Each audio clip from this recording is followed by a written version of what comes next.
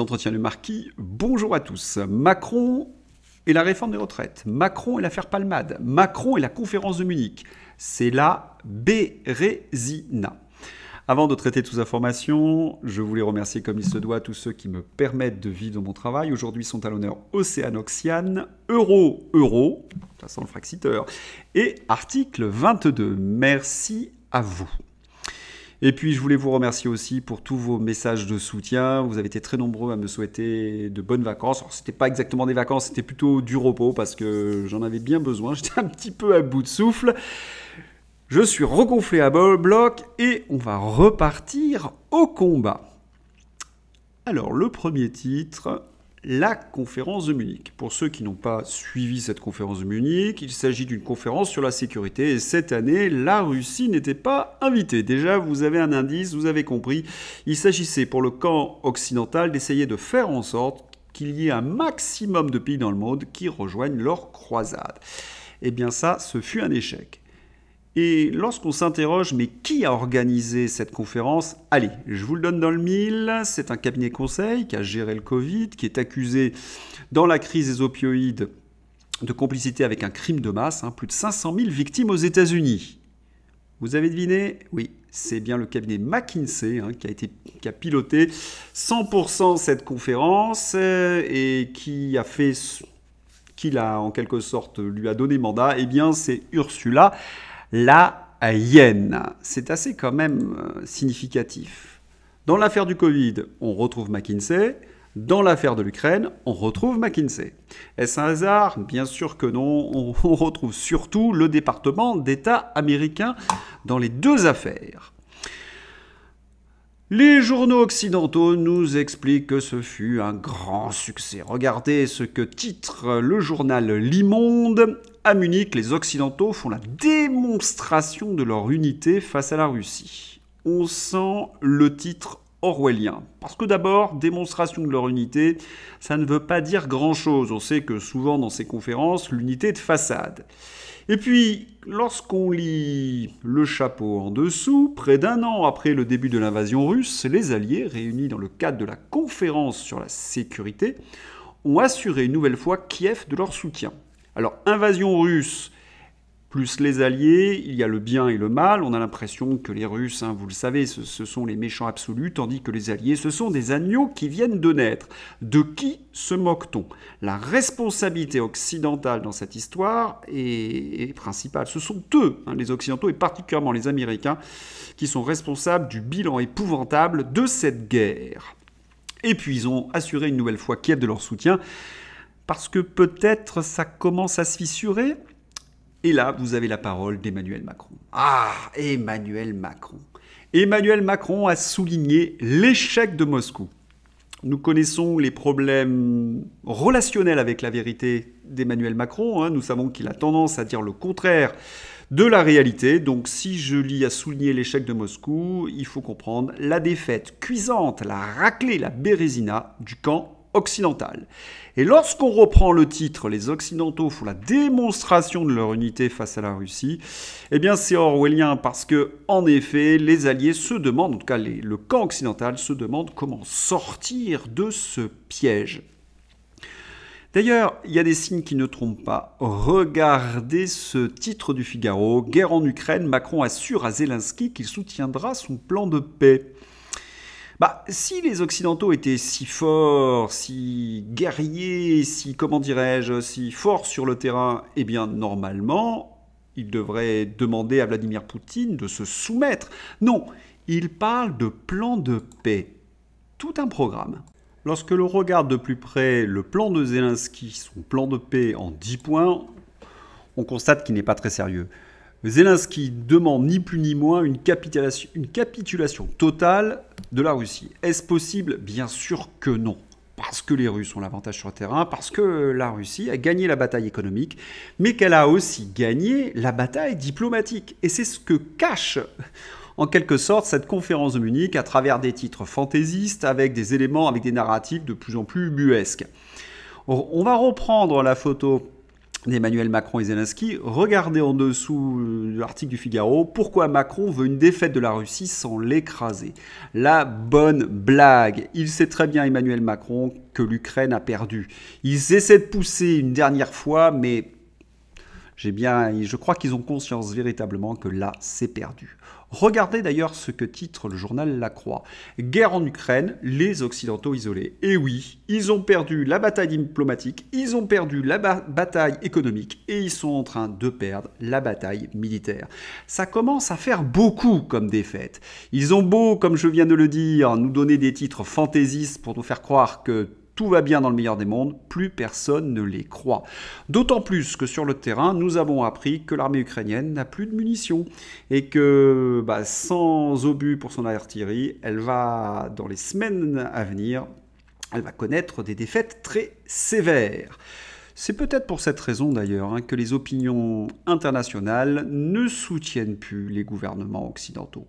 Un an après la déflagration initiale, le 24 février 2022, le soutien des opinions publiques occidentales s'érode à mesure que le conflit s'enlise. 48% seulement des Américains sont aujourd'hui favorables à ce que leur pays fournisse des armes à l'Ukraine quand ils étaient 60% en mai 2022. Les partisans d'un soutien financier sont eux aussi minoritaires, alors que les USA ont fourni à eux seuls l'effort de loin le plus important, 113 milliards de dollars. Et nous retrouvons à peu près les mêmes sondages dans tous les pays occidentaux. Alors derrière la démonstration de force, d'unité des pays occidentaux se cachent de graves lézardes. D'autant plus que nous avons eu des photos qui nous ont bien fait rire.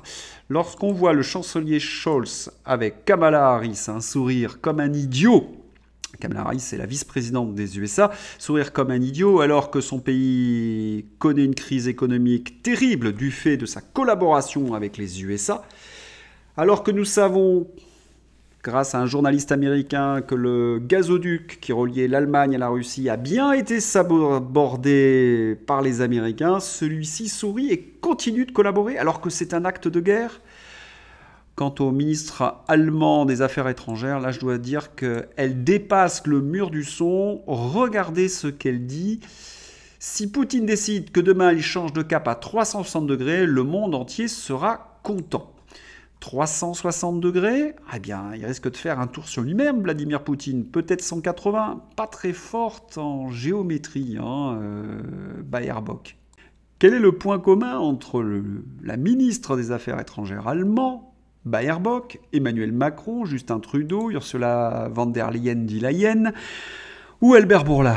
Oui, vous avez trouvé, ce sont des élèves de Klaus Schwab. Mais sur quels critères, à Davos, on sélectionne ce qu'on appelle un Young Leader Global? C'est quand même fascinant. Puisqu'on parle de personnages fascinants, ironiquement bien sûr, la transition est toute faite, Bernard-Henri Lévy. Il vient de tourner un film, encore une fois, ridicule.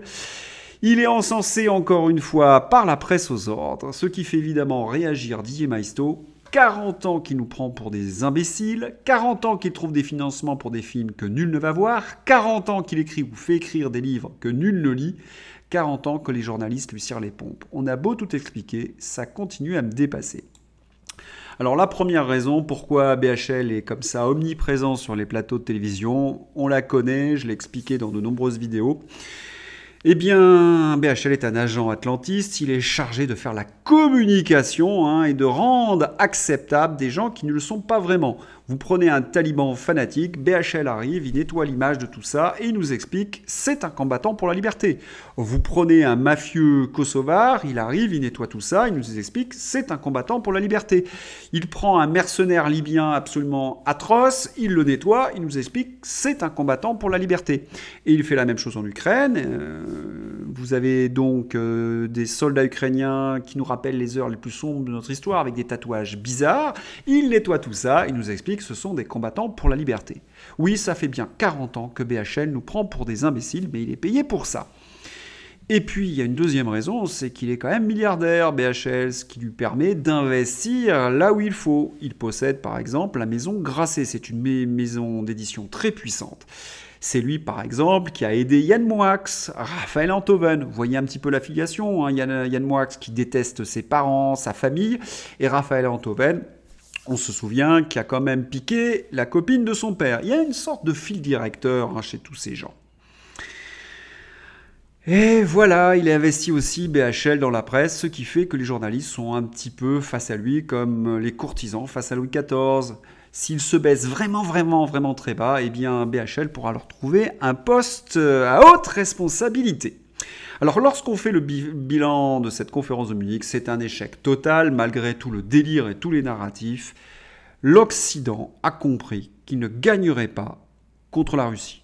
La Russie a gagné la bataille économique, la Russie a gagné la bataille diplomatique puisque 70% des pays dans le monde sont derrière la Russie, non pas le camp occidental qui paraît isolé, comme l'a très bien dit le journal La Croix. Et puis sur le terrain militaire, l'armée russe va certainement gagner la bataille puisque nous avons appris de la part même des porte-parole de l'OTAN qu'il n'y a quasiment plus de munitions dans les canons ukrainiens.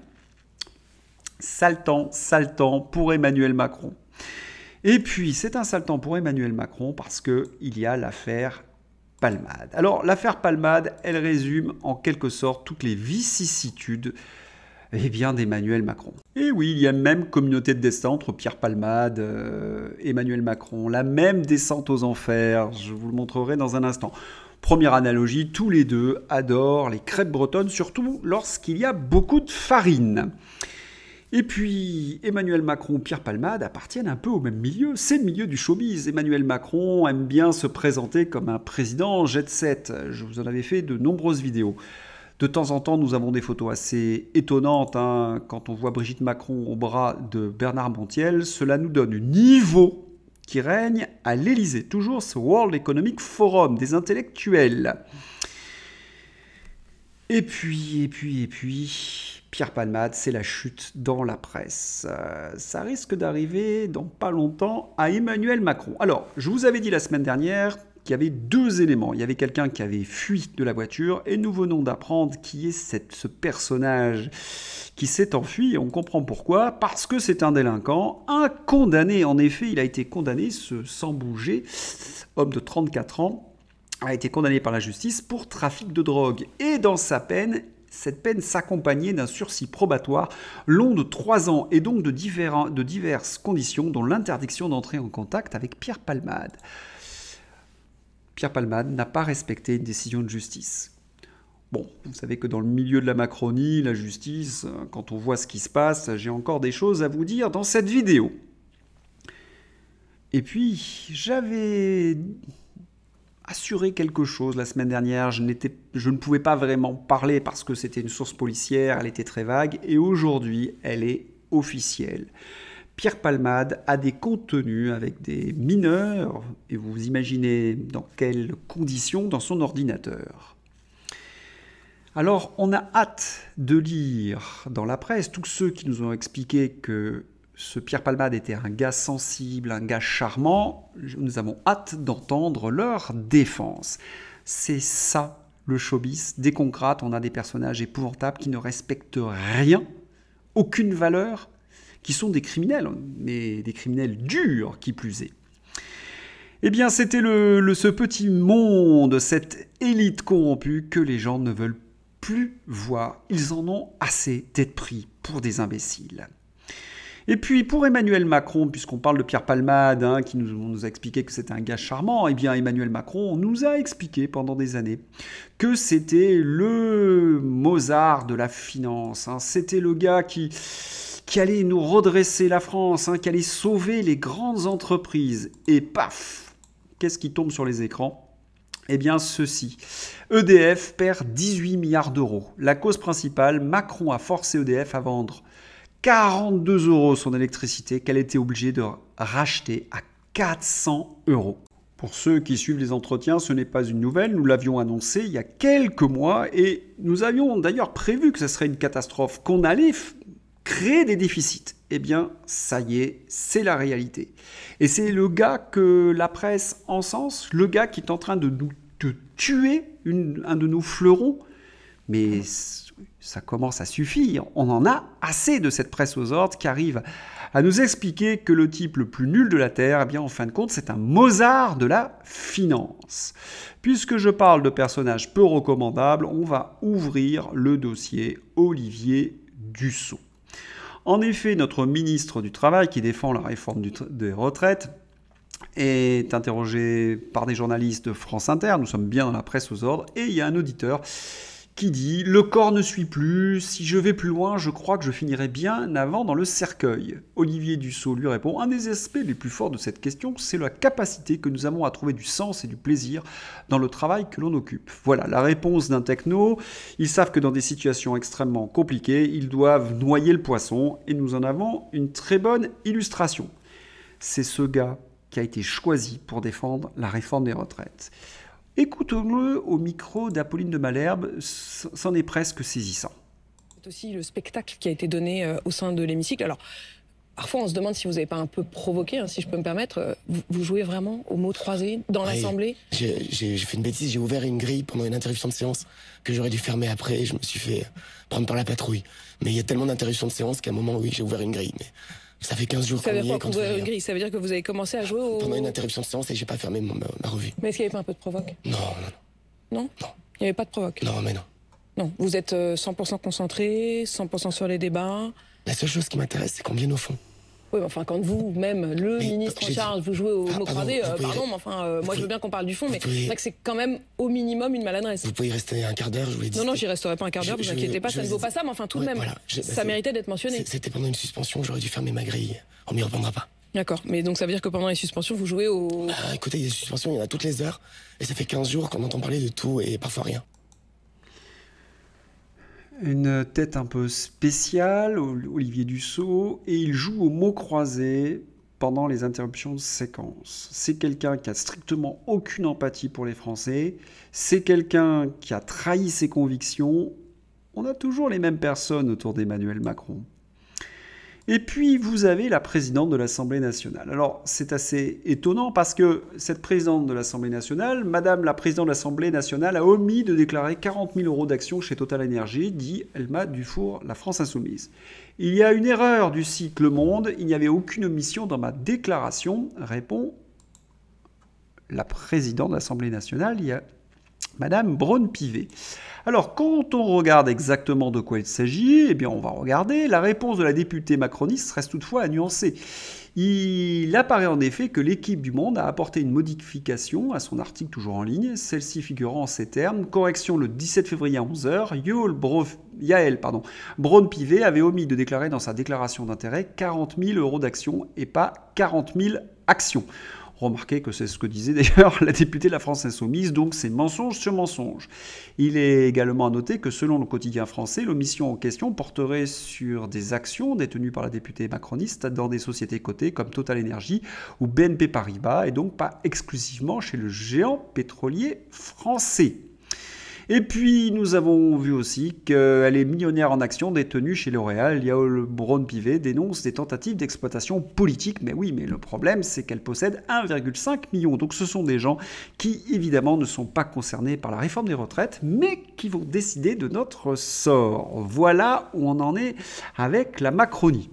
D'ailleurs, vous le savez bien, il faut absolument faire cette réforme des retraites. Et vous savez pourquoi? Parce qu'il y a des déficits. En tout cas, c'est ce qu'on nous dit à la télévision, 24 heures sur Regarde. On va regarder d'ailleurs, déficit du régime général en milliards d'euros. Ah ben il n'y en a plus en fin de compte. On nous prend vraiment pour des imbéciles. Et dans mes précédentes vidéos, j'ai montré qu'il y avait même des caisses qui possédaient jusqu'à 170 milliards. Ce n'est qu'une question de choix de société. Alors, à la droite LR, sur cette réforme des retraites, ça se passe pas très bien parce que il y a la ligne Ciotti et puis il y avait la ligne Pradier. On ne savait pas exactement, je vous en ai souvent parlé, qu'il y avait ces deux lignes. Eh bien, on a appris qu'Éric Ciotti démet Aurélien Pradier de son poste de numéro 2 des Républicains. Certains y voient une confirmation, et je pense qu'ils ont raison, que le fait que Ciotti est une roue de secours du gouvernement Macron, comme la France Insoumise, puisqu'elle a encore une fois refusé de voter la motion de censure du Rassemblement national qui aurait pu faire tomber le gouvernement et qui aurait surtout pu faire en sorte que cette loi ne passe pas. Il y a une partie des Républicains et une partie de la France insoumise qui soutiennent de manière objective ce gouvernement Macron. Ce sont d'ailleurs les seules chances d'Emmanuel Macron, c'est d'avoir des députés corrompus. Mais voilà, ils sont de moins en moins nombreux et ça commence à grincer, même chez des gens qui ont l'habitude, j'ai envie de dire, de la trahison. Pourquoi Pradier s'est-il opposé à Ciotti ? Eh bien, on va regarder. Le député du lot, donc c'est Pradier, qui réclamait notamment que toute personne ayant débuté avant 21 ans n'ait pas à cotiser plus de 43 ans pour partir à taux plein, avait fini par obtenir gain de cause auprès de ce groupe vendredi. Ce soir-là, nous avons réussi à rassembler toutes les oppositions et une partie de la majorité derrière notre position. Nous devons en être fiers, a plaidé ce chant d'une droite populaire, répétant que la réforme restait injuste et mal préparée. Et comme Ciotti, évidemment, est au service d'Emmanuel Macron, eh bien, le meilleur moyen de casser l'élan d'Aurélien Pradier, ça a été de le mettre dehors.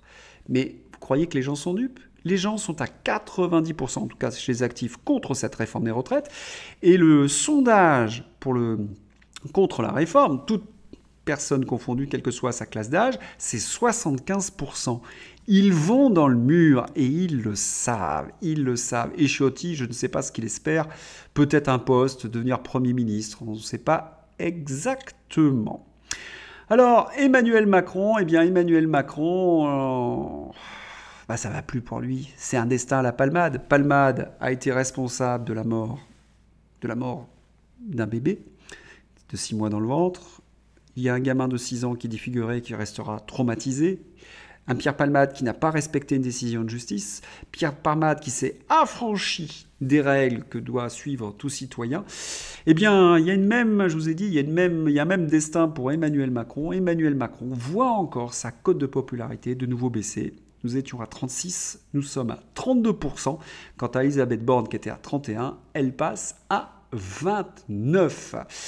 Et oui, Emmanuel Macron est en train de s'effondrer. Mais quelle est la bonne nouvelle qu'il essaie de nous sortir ? À chaque fois, ce sont des mensonges, ce sont des traficotages de chiffres. Et je crois que même dans son camp, plus personne n'a confiance en lui. Il suffit de l'entendre, même à l'extérieur. Il fait parfois des tweets qui sont enlevés 5 heures après, tellement qu'ils sont grotesques. Voilà où on en est avec Emmanuel Macron.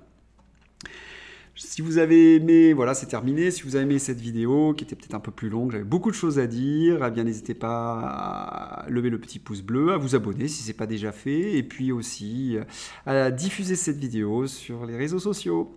À bientôt, bye bye.